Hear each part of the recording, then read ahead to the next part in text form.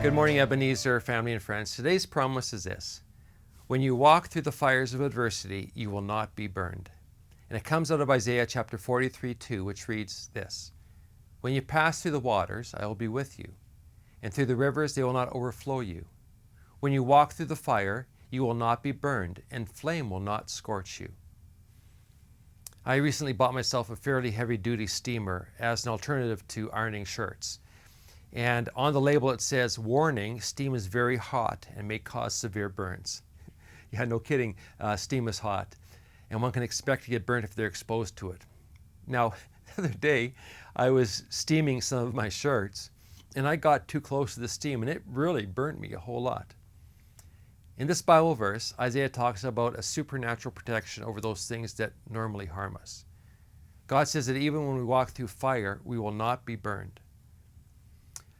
This promise is not for literal waters of fire. It's speaking about the raging waters and fires of adversity that we all face in life. The New Living Translation puts it this way. It calls it the fire of oppression that we sometimes experience. Things like spiritual attacks from the enemy, or wrestling with the lies of Satan that Satan is trying to feed us about ourselves and others, or struggling with criticism or attacks from others, or mocking or persecution because of our faith, or ethical decisions that we're being forced to make by the world, or pain and suffering through disappointments and tragedies of life. All those things can feel like fires of oppression. We feel the heat in our lives and we don't enjoy it.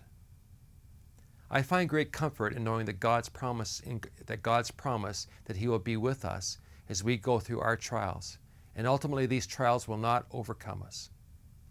One day when Jesus comes back, we will go to be with Him, and we will be in a place where there's no more pain or suffering.